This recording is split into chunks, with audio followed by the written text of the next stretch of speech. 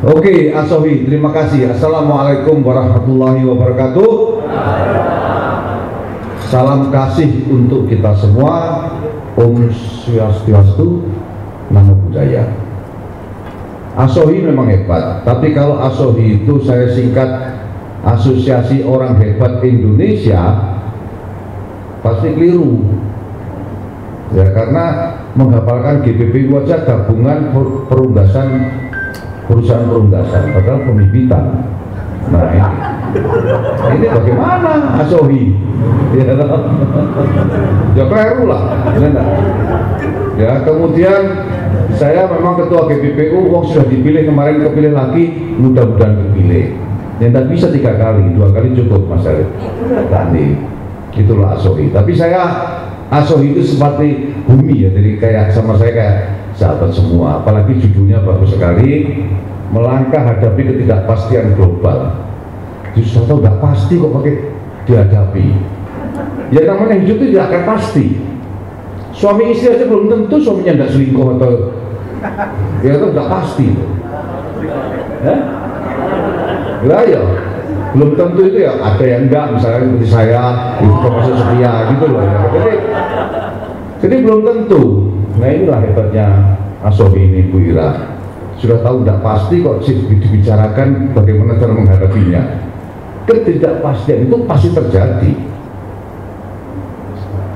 Yang pasti itu adalah ya ketidakpastian itu. Betul kan? Oke, tapi karena terbatasnya waktu, jadi saya akan mulai dulu. Ini diucapkan ini. Oke. Saya dikasih judul juga cukup panjang, namanya Kinerja Bisnis Pembibitan Unggas tahun 2022 dan Prospek Bisnis di tahun 2023. Saya tadi ngomong sama Mas Andi, alah paling Asohi kepingin tahu berapa sih omsetnya tahun depan itu biar bisa jualan obat. Ya itu tujuannya Asohi itu aja dari dulu. Jadi saya hapusi juga nggak ngerti ya nanti gitu. Nah percaya ya salah. Ya, tapi kalau tidak percaya itu tambah salah lagi kan gitu ya. Ya, oke.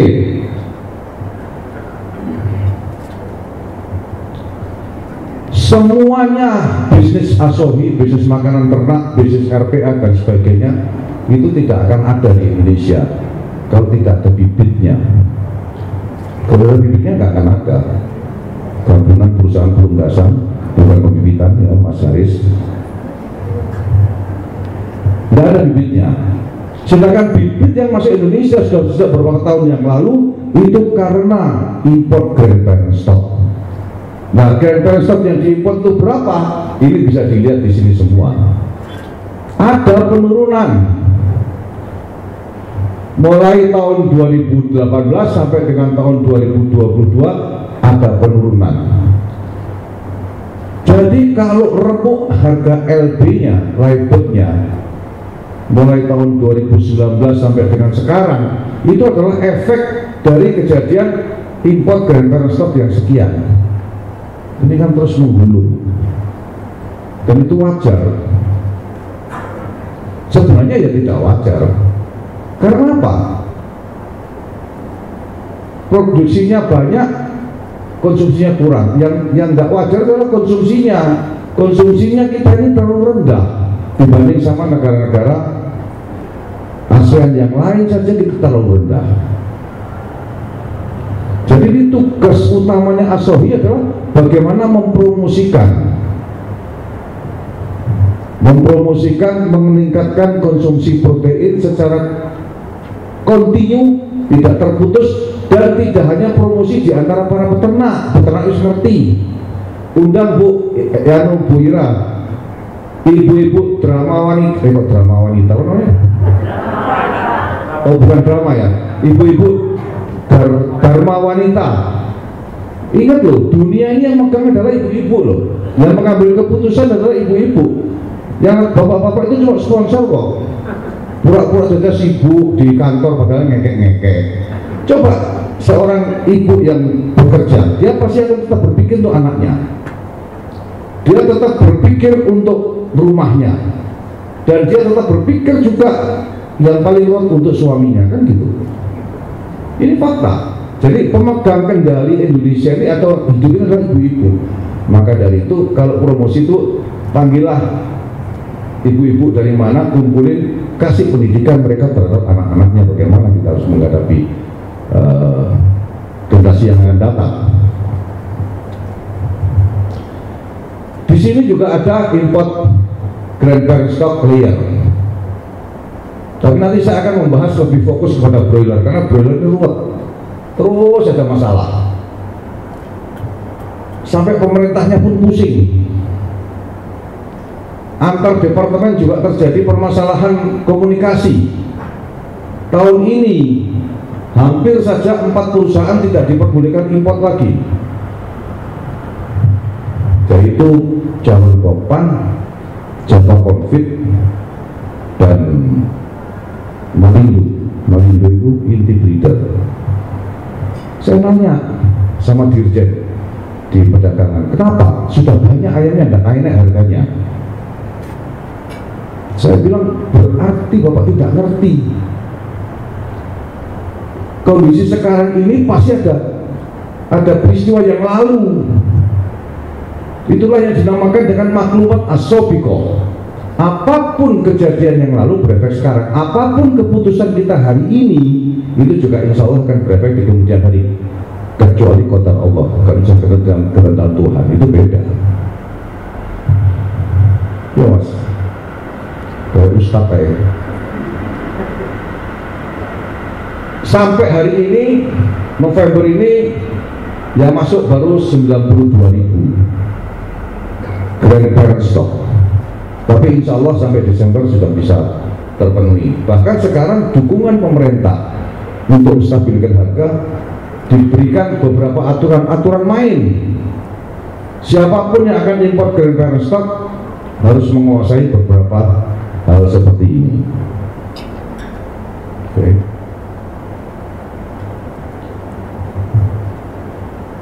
Ketidakseimbangan itu pasti akan dibantu oleh pemerintah, karena pemerintah itu kena undang-undang Undang-Undang Pangan 18 tahun 2012 itu memang pemerintah harus mengatur beberapa kebijakan yang dikeluarkan, yaitu adanya pengendalian suplai melalui cutting hatching egg. Mau tidak mau ini terjadi, dan kita breeding farm atau pembibitan harus mengikuti. Karena tahun 2022 kalau berdasarkan prognosa, berdasarkan perkiraan kedatangan grandparent stock pada saat itu ada kelebihan 732 juta ekor, nggak main-main setahun. Kemudian ada kebijakan dari pemerintah dengan memberikan cutting menurun, kira-kira masih toh kelebihan 498 juta per tahun. Dan ini kalau saya bilang karena konsumsinya tidak naik-naik, bahkan turun waktu itu. Nah ini karena tidak terjadi keseimbangan antara supply yang amblek di mana yang berkurang, ini sudah dalam bentuk karkas ya. Kalau karkas harus ada asumsi, yaitu saya asumsikan rata-rata berat badan ayam di Indonesia itu dipanen live itu di 1,72 kg per ekor. Kalau 1,72 kg per ekor dalam waktu setelah menjadi karkas itu kira-kira 70%-nya. Nah inilah sekarang konsumsi yang ada di Indonesia. Berapa konsumsi daging ayam di Indonesia per kapita per tahun? Ada yang tahu nggak di sini? Saya yakin banyak yang tahu, tapi angkanya pasti tidak akan yang sama. Tapi itu sebenarnya konsumsi dalam bentuk karkas, bukan dalam bentuk daging ayam. Jadi setulang-tulangnya masih diuntal kayak harimau gitu loh. Padahal kalau di persentase kan tinggal berapa dagingnya kan gitu. Ya. Ini adalah BPS punya data yang dilansir oleh bahwasanya coba konsumsi daging ayam dan pendapatan per kapita. tahun 2020 lebih ada memang kenaikan 6%, tapi masih 11,6 kg untuk BPS. Yang banyak itu ini. Rata-rata pengeluaran masyarakat Indonesia menurut kelompok komoditas. Coba lihat. Rokok dan tembakau itu 12%. Lawan daging yang cuma 5%. Ini adalah kesadaran masyarakat. Tak kasih contoh. Ini saya bawa hanya sebagai contoh. Rokok ini ya luar biasa ini pengaruhnya. Harga dinaikkan setiap tahun 15%, tidak peduli. Satu suami, satu istri, 2 anak, satu bungkus rokok per hari 20.000 kalikan 365.000, 720.000 kurang lebih dalam 1 tahun. Hanya untuk bapaknya tok, belum kalau ibunya merokok. Tapi dia beli telur berapa? Beli ayam berapa? Coba bisa dikalkulasi. Karena saya juga langsung ke bawah survei pada tukang ojek yang merokok itu. Tes. Nah, ya ini masalah mindset masyarakat kita. Belum daging yang lain, daging sapi, daging babi, ya Bang Sinaga, ya nanti mungkin Bang Sinaga bisa kasih penjelasan. Namanya juga naga, pasti kan bisa membawa sembarangan, ya kan? Nah, semua ini akan terjadi, akhirnya akan berefek kepada harga, termasuk harga anak ayam. Ini kenapa ada perbedaan? Saya survei sampai dengan bulan Juli yang lalu, harga anak ayam itu ada yang kayak begini, tapi ada juga harga anak ayam yang di bawahnya. Ini kalau nanti ditanya diskusi ini kenapa bisa begini dan sebagainya, ada sebabnya semua, dan itu menuju future, melangkah hadapi ketidakpastian global. Ya. Sedangkan Kemendak memberi batas atas DOC, batas bawah sudah bisa, namanya pasar itu hukumnya Allah, hukum Tuhan. Sekarang kalau seandainya permintaannya melebihi jauh dengan ketersediaan, ya pasti harga menjadi korban, atau sebaliknya harga menjadi korban. Ya, ini juga akhirnya saya kalkulasikan antara harga pokok penjualan Livebird dalam dalam tahun 2022 ini dilawankan dengan harga DOC itu dengan HPP dengan harga Livebird berapa, itu kelihatan. Makanya wajar kalau orang-orang itu teriak-teriak. Nah ini ratusan peternak ayam akan demo di depan istana, protes harga jual ayam yang murah. Hari ini seharusnya ada demo Kemenko Equin sama Kemendak, tapi mungkin beliau batalkan karena ada salah satu anggota pendemonya kebetulan kena apa jenis Cianjur gempa, jadi ditunda sebentar demo. Tapi apakah demo itu solusi? Bukan, ya. Gejolak harga itu macam-macam. Harga, kenaikan kasus COVID, kenaikan BBM, tahun ajaran baru dan sebagainya, ini mempunyai pengaruh semua. Begitu sudah harganya hancur, ayamnya tidak laku, otomatis kan berat ayamnya membengkak. Kalau berat ayam membengkak, berarti per kilogram kapitanya harusnya membengkak. Makin membengkak, makin besar anak ayamnya, makin tidak laku, makin hancur. Begitu makin hancur harganya, kerugiannya makin besar, maka terjadilah korban, yaitu feed mill sama obat-obatan kadang-kadang bayarnya agak lambat. Benar kan itu? Ya itu sudah kejadian yang rutin, ya bukan rutin ya Pak, logik gitu loh. Ya, terus yang punya marah-marah, kamu sih jual tidak melihat customer, dia tidak bayar, kita cashflow-nya kacau. Ya biasa, silakan bisa harus ngamuk-ngamuk seperti itu. Tapi kalau dapat keuntungan ya tilak diri. Wah, ekspor katanya Singapura. Wah, itu jadi berita di mana-mana. Koyok Singapura itu berapa sih manusianya? Dan berapa sih sebenarnya yang diekspor ke Singapura? Waktu itu cuma 3,7 juta ekor dari Malaysia datang. Karena Malaysia shortage, maka di stop. Wah, itu seolah-olahnya peluang yang besar. Bagus, saya suka. Tapi 3,7 juta satu bulan is nothing lawan kita punya produksi satu bulan itu 300 juta lebih. Ya, belum rewelnya Singapura. Dan kalau sudah merasa ada ancaman, Malaysia juga pasti akan membuka diri, buka lagi. Namanya juga bisnis kan gitu. Ya, dan bagusnya Singapura tidak mau tergantung sama Malaysia lagi. Dia pasti akan kemudian kesempatan Indonesia, kesempatan Thailand, kesempatan Vietnam untuk masuk dan sebagainya. Nah, bagaimana perkiraan tahun 2023?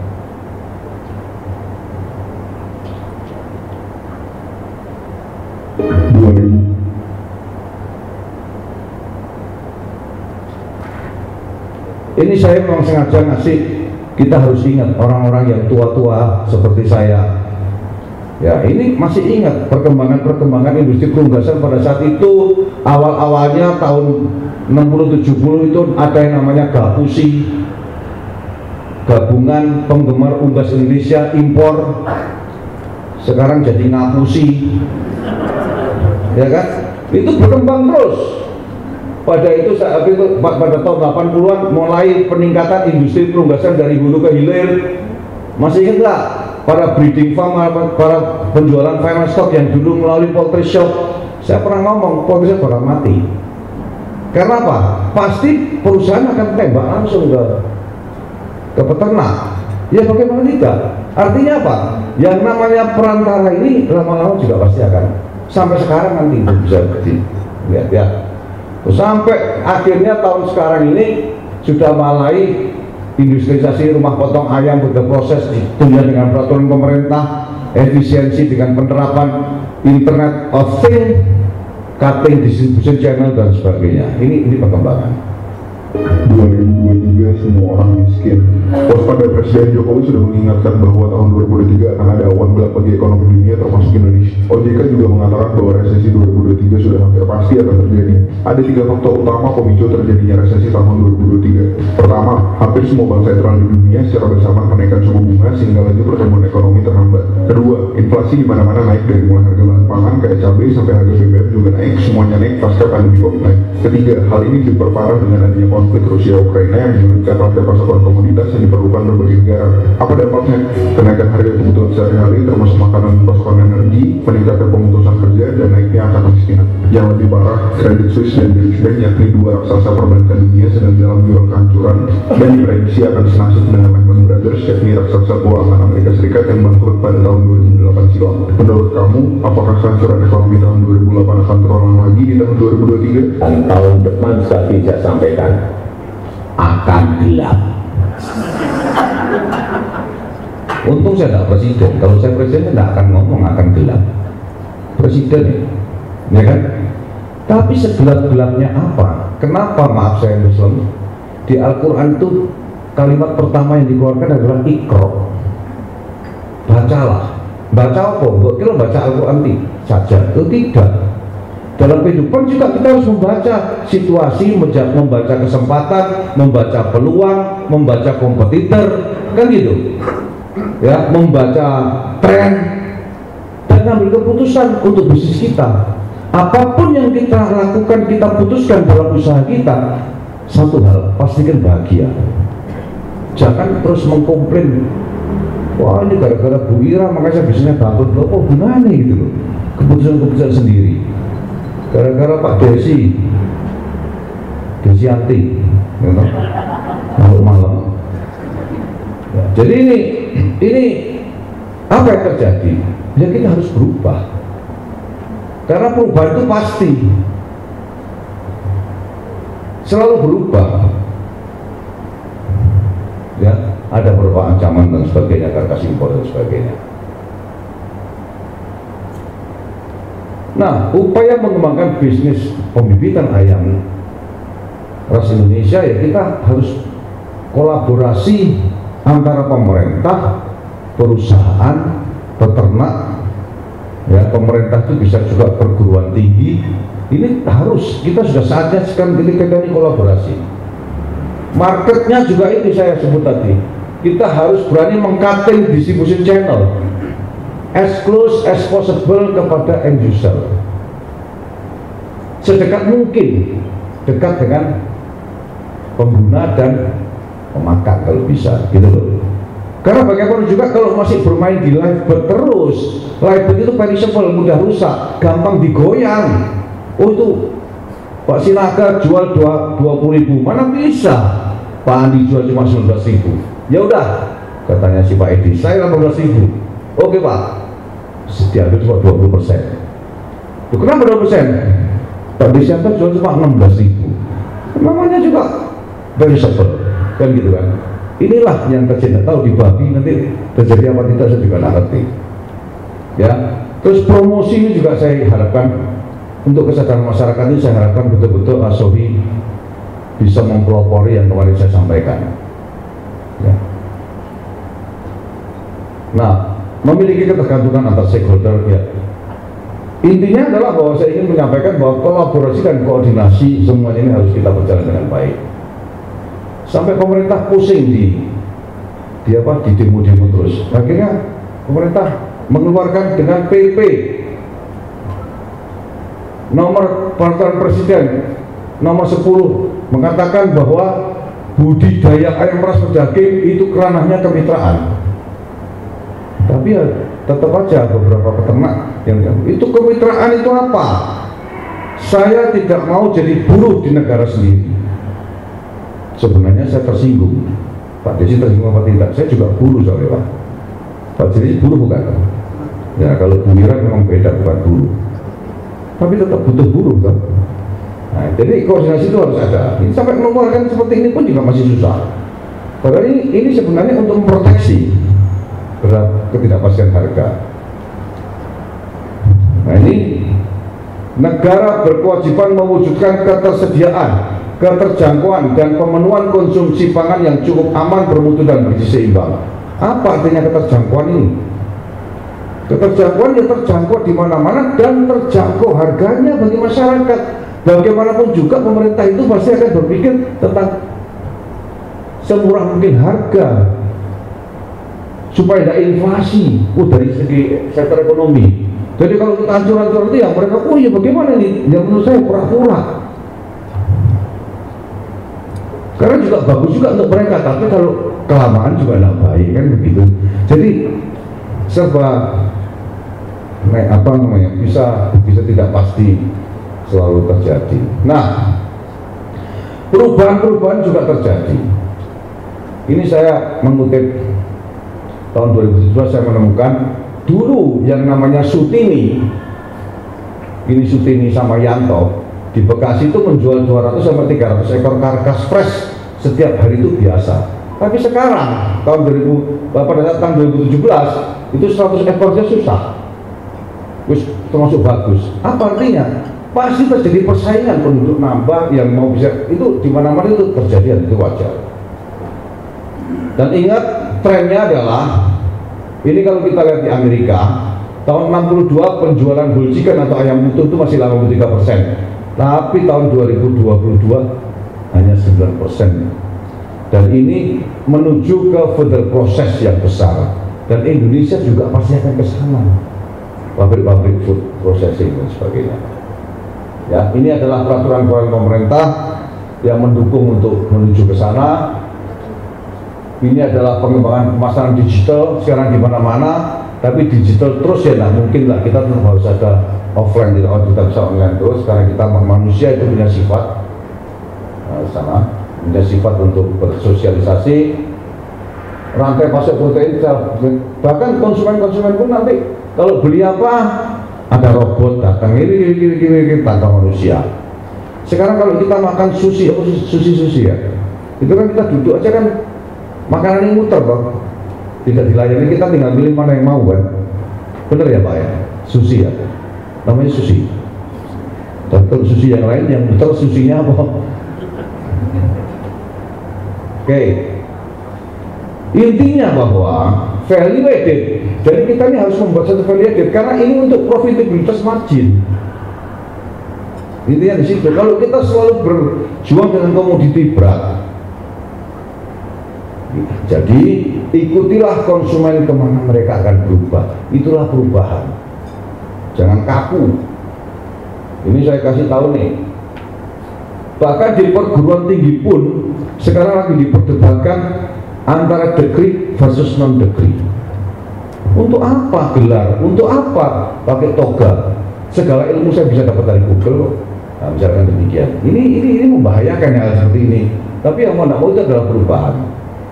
Ya, jadi promosi-promosi semua harus terus kita lakukan tanpa kita harus lelah. Yang jelas, we cannot change the direction of the wind, but we can adjust our sails. Jadi kalau sudah gelombang milenial itu beda sama gelombang kolonial, ya kita harus merubah arah layar kita. Jangan aku tua, saya orang tua, kamu mau apa? Ya jangan begitu dong. Ini namanya perubahan. Bagaimana Indonesia? Tenang. Indonesia ini menurut kantong orang RI masih sanggup meski harga makin mahal. Konsumen RI masih pede hadapi prospek yang katanya Menteri badai krisis menghantam dunia. Sri Mulyani yakin RI tanpa banting. Ya masalahnya mau orang Indonesia ini apa? Kuat melarat. Gitu loh, ya kan? Itu aja sudah. Dan antara antar tetangga itu kita ini punya ajaran-ajaran kalau sampai tetanggamu tidak bisa makan, yang berdosa itu adalah dia, kita gitu loh. Nah, akan datang tahun 2023 itu diperkirakan secara prognosa ada kenaikan 5% produksi anak ayam. 5% dari realisasi, tapi bukan 5% dari prognosa tahun 2022 ya. Oke. Konsumsi per kapita juga demikian. Ini tidak kelihatan ya, nggak bisa dikecilin ya. Ini ada Indonesia di situ. Yang saya heran adalah PDB ataupun income per kapita Indonesia itu lebih tinggi daripada Vietnam dan Filipina. Tapi konsumsi ayamnya lebih tinggi Filipina dan Vietnam daripada Indonesia. Ini nggak bisa gini ya. Ada dan ini ada kurang kecil. Nah itu jelas. Ingat, income per kapita Indonesia rata-ratanya lebih tinggi daripada Filipina dan Vietnam, tapi konsumsi airnya mereka lebih tinggi dari Indonesia. Silakan diterjemahkan kenapa bisa begitu. Ada yang ngomong lebih tinggi karena apa? Itu kan rata-rata, tapi kepemilikannya Bu Ira itu mungkin bisa mewakili 500 atau 1000 orang yang miskin kan diambil sama Bu Ira sendiri, misalkan demikian gitu. Itu bisa terjadi gitu ya. Nah, bagaimana tahun depan? Saya memperkirakan kalau seandainya ya, seandainya food processing RPA itu menuju ke sana dan konsumsinya naik, jangan bangga loh. Kalau yang namanya food processing seperti nugget sama sosis dan sebagainya naik atau nanti menuju ke sana, itu yang banyak tepungnya apa ayamnya? Oh, salah. Konsumsi tepung nanti akan naik, ayamnya tidak akan naik, bahkan mungkin bisa turun. Kenapa saya bilang turun? Di usia akan turun. Kenapa saya bilang turun? Karena kalau sudah food processing, dia akan pasti membutuhkan ayam yang besar supaya percentage meat-nya itu bisa tinggi. Nah kalau untuk membutuhkan ayam yang besar, berarti dia pemeliharanya lebih panjang. Kalau pemeliharaan lebih panjang, berarti 1 tahun perputarannya itu waktu lebih pendek, lebih sedikit, sehingga yang dibutuhkan ayam tidak banyak. Ini akan terjadi. Nah lihat aja nanti. Nggak tahu saya sudah meninggal atau belum, saya tidak tahu, tapi akan terjadi. Ya, jadi saya perkirakan bahwa kalau seandainya tahun 2025 BW rata-rata adalah 1,85 dan tahun 2030 1,9, sekarang masih menurut prognosa pemerintah masih 1,72, itu sampai tak hitung sampai dengan kebutuhan grand parent stock-nya itu cukup 0,35.000. Itu. Bagaimana dengan kalau seandainya naik lagi? Nah, itu mungkin maksimum 770.000. Ini semua ada hitungannya semua. Nah, ini negara kuat kalau pangannya cukup kuat, katanya Menteri Iqbal Mahmud, ya, Iqbal Al-Mahmud. Sebuah negara kita bisa ketersediaan, ya, intinya kalau kita jangan sampai food trap aja, jangan sampai impor aja terus-terusan. Kalau kita sudah kena food trap, kalau kita impor sampai ayam pun impor hancur, tidak dijaga. Kalau sampai impor terus, lama-lama kita ketergantungan dengan impor untuk makanan. Paling lemah ketahanan nasional Indonesia. Presiden si A sebagai eksporter ke Indonesia tidak suka sama presiden Indonesia, disetop aja impornya.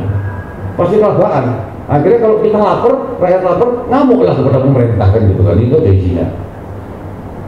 Nah, cuman harus diketahui bahwa fa inna ma'al usri yusra, inna ma'al usri yusra.